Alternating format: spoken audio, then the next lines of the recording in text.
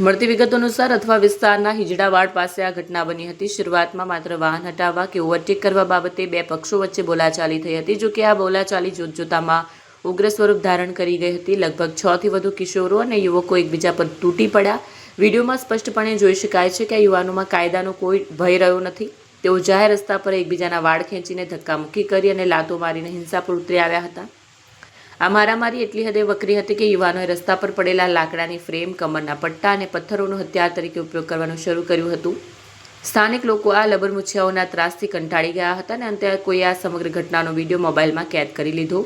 Social media પર જ્યારે આ મારામારીનો વિડીયો વાયુવેગે પ્રસર્યો ત્યારે સુરતની અથવા પોલીસ હરકતમાં આવી। પોલીસે વિડીયોના આધારે તપાસના ચક્રો ગતિમાન કર્યા। સીસીટીવી ફૂટેજ અને વાયરલ વિડીયોના આધારે પોલીસે તાત્કાલિક કાર્યવાહી કરીને 3 કાયદાના સંઘર્ષમાં આવેલા કિશોરોની ઓળખ કરી છે।